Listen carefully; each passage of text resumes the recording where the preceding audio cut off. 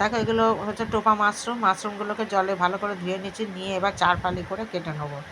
দেখো কীরকম করে কেটে নিচ্ছি, এরকম করে কেটে আমি এখানে নুন হলুদ মাখাবো। দেখো এখানে আমি হলুদ আর নুন দিয়ে মাখিয়ে নিলাম। কড়াতে সর্ষের তেল দিয়ে দিয়েছিলাম, এবার মাশরুমগুলোকে ভেজে নেবো।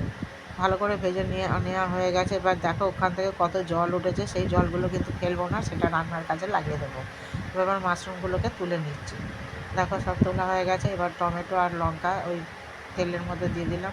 টমেটোটা একটু হতে পেঁয়াজ দিয়ে দিলাম, পেঁয়াজ কুচো, তারপরে আদা রসুনের পেস্ট দিয়ে দিলাম, দিয়ে ভালো করে নেড়ে নিয়ে তারপর দিয়ে দিলাম নুন।